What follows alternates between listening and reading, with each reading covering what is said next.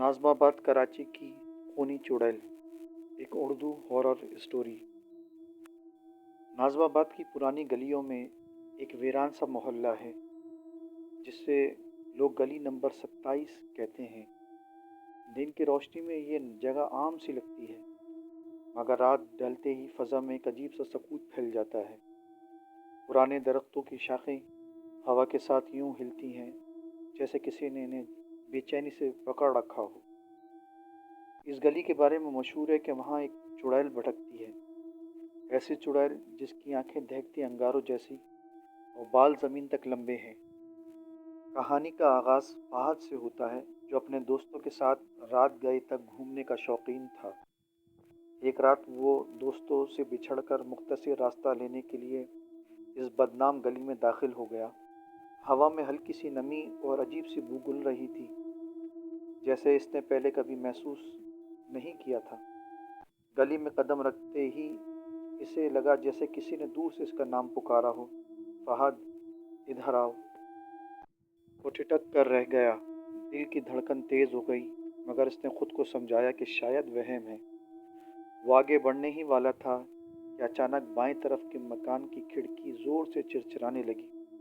खिड़की के पीछे एक साया नजर आया, पतला, लंबा और गैर इंसानी। फहद के कदम खुद ब खुद पीछे हटने लगे, मगर इसी लम्हे एक औरत की कपकपाती आवाज़ आई, रुको, मुझे तुमसे बात करनी है। फहद खौफ के बावजूद रुक गया। साए में से वो औरत नमूदार हुई। इसके बाल रात की तारीकी से भी सियाह थे, चेहरा मुर्दा सा और सफ़ेद और आंखें सुर्ख थीं।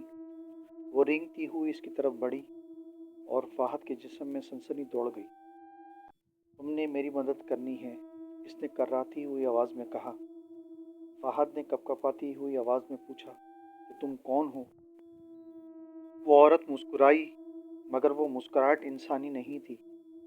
मैं इस गली की अमानत हूँ, इस घर में जलकर मर गई थी। किसी किसी ने न मेरी चीखें सुनी। अब मैं वहीं रहती हूँ जहाँ मौत ने मुझे पकड़ा था। फहद पीछे हटने जा रहा था, मगर चुड़ैल अचानक हवा में मुअल्लक हुई।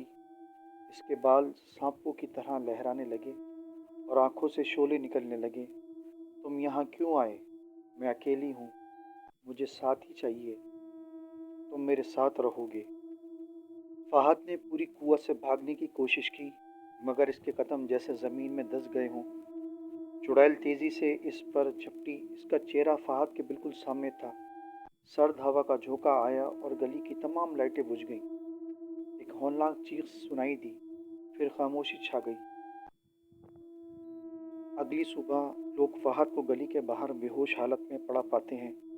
वो जिंदा था, मगर होश खो बैठा था।